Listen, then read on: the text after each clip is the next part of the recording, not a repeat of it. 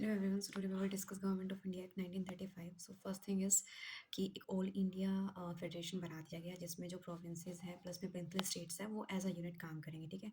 साथ में इसमें तीन जो लिस्ट है वो भी बना दी गई। जैसे फर्स्ट लिस्ट है federal list, second is provincial list और थर्ड आती है फिर जो कंकरेंट लिस्ट होती है।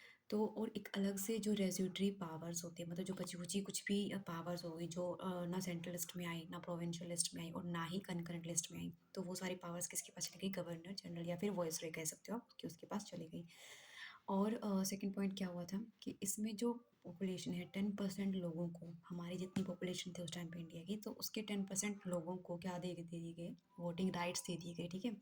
देखो 1919 के एक्ट में सिर्फ कुछ लोगों को वोटिंग राइट्स दिया गया था जिसके पास प्रॉपर्टी है या फिर जो टैक्स पे करता है या फिर जो जो जो नॉलेजेबल पर्सन है, यानी कि जिसके पास अच्छी एजुकेशन है, ठीक है।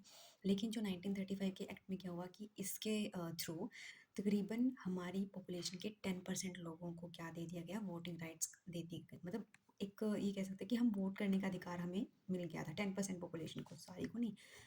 और जो थर्ड नंबर पे क्या हुआ था कि हमने पढ़ा था एक सेपरेट रिप्रेजेंटेशन सबसे पहले मुस्लिम्स को मिला। उसके बाद उन लोगों ने एक्सटेंड कर दिया ब्रिटिशर्स ने, जैसे किसके लिए? जैसे जो क्रिश्चियंस आए थे हमारे इंडिया में या फिर एंग्लो इंडियंस आए थे, ठीक है। और जो सिख थे उनको भी एक सेपरेट रिप्रेजेंटेशन दे दिया गया। देन जो 1935 का एक्ट है इसके थ्रू कहीं न कहीं विमेन को साथ में लेबर्स को भी मतलब सेपरेट रिप्रेजेंटेशन के थ्रू रिप्रेजेंटेशन मिल गई, ठीक है। एक ये चीज़ इम्पोर्टेंट है। और नंबर थर्ड सबसे जो बहुत ही मेन है, मतलब तो वो उसे कहूँगी जैसे डायरकी 1919 के एक्ट के थ्रू जो डायरकी है वो इस्टेब्लिश हुई थी, देखो प्रोविंसेस में, ठीक है। तो अब क्या हुआ, डायरकी को रिमूव कर दिया गया और प्रोविंसेस को क्या बना दिया गया? ऑटोनॉमिकल, मतलब अब वो ऑटोनॉमी आ गई थी उनके पास, मतलब रूल्स एंड रेगुलेशन बना सकते थे वो अपने खुद से।